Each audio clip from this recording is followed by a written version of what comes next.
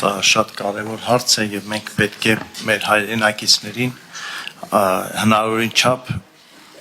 մանրակրկիտ պարզաբանենք, թե ինչու են գնում այս քայլին։ Գնում ենք այս քայլին, որովհետեւ մեր ժողովուրդը հանգամանքների բերումով, դժբախտությունների բերումով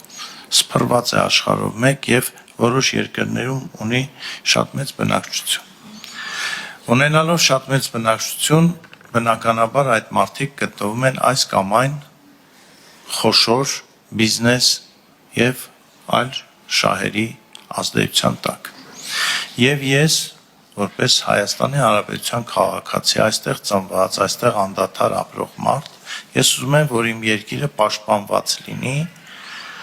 օտարերկրյա թշնամական տարաբնույթ գործողություններից,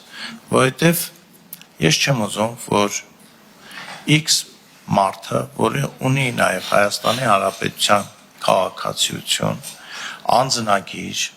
եւ չգիտես ինչու, օրինակ ես մեկին գիտեմ 91 թվականից մինչև 2026 թվականը Հայաստանում եղել է մեկ անգամ, այն էլ անձնագիրը փոխելու համար, այդ մարդը որոշի, թե ես, իմ երեխաները, իմ թոռները Հայաստանում ինչպես պետք է ապրեն։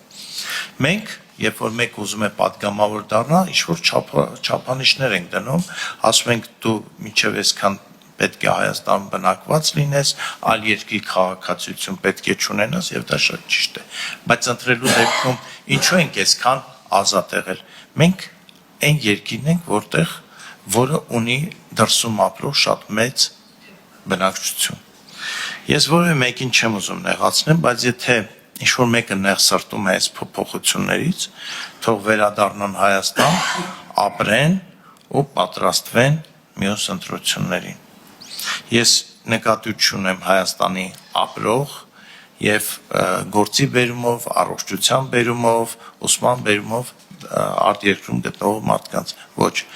Ես նկատի ունեմ այն մարդկանց, որոնք այս կամ այն պատճառով, օրինակ 90-ականների կեսերին չցանկանալով կրել դժվարություններ, գնացել են արտերկիր ու մոռացել են այս երկրի մասին եւ հանկարծ ինչ-որ մի բանի հիշում են եւ ուզում են գան քվեարկել։ Մենք պետք է այդ մարդկանց թողնենք քվեարկել, իհարկե ոչ։ Մենք պետք է ավելի խիստ լինենք։ Մենք պետք է օրենսդրական փոփոխություններ անենք եւ այդ մարդկանց, ովքեր տասնամյակներով բացակայում են, ընտրական ցուցակներից ուղղակի հանել։ Ես այդ առաջարկը դեռ 21-22 թվականին եմ արել, բայց դե բան չարեցին, չկարևորեցին։ Մենք եթե ուզում ենք պետություն դառնանք, այս հարցերը պետք է մենք արմատապես լուծենք, անկախ նայելով, չգիտեմ, ՄԱԿ-ի կոնվենցիայի այս ինչ կետին, երկրներ կան, իրենց անվտանգությանն են նայում, նոր հետո ՄԱԿ-ի կոնվենցիաներին են նայում։ Մենք պետք է առաջնային համարենք միշտ Հայաստանի Հանրապետության անվտանգությունը, Հայաստանի Հանրապետության քաղաքացու անվտանգությունը, բայց վերջին ընտրություններին մեր անվտանգությունը խաթարվեց, որովհետև ինչպես մեր մի լավ տաջիկ բարեկամ ունենք, որը Հայաստանում աշխատում է, Տաջիկստանից վերադառնալուց չի իմանում ինչի մասին է խոսքը բան, կամ եւ ուրախությամբ ասում, գիտեք, մի հայ գործարար կա, հայերի համար օթանավը ձրի է սարքել, բոլորը անվճար գալիս են Հայաստան, բայց դե որ մենք տաջիկ էինք, մեզանից փողը վերցրին։ Այս երևույթներն ենք մենք տեսել, այս սրան ենք մենք բախվել, ու այս սրանից հետո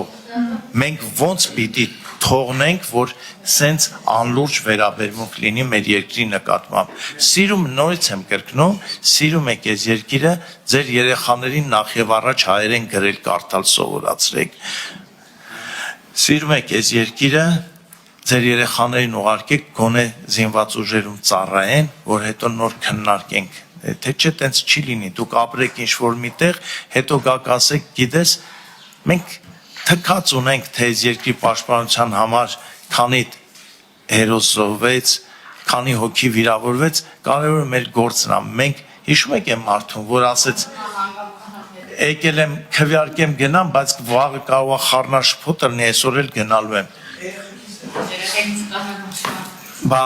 լավ, մենք ինքնասիրություն,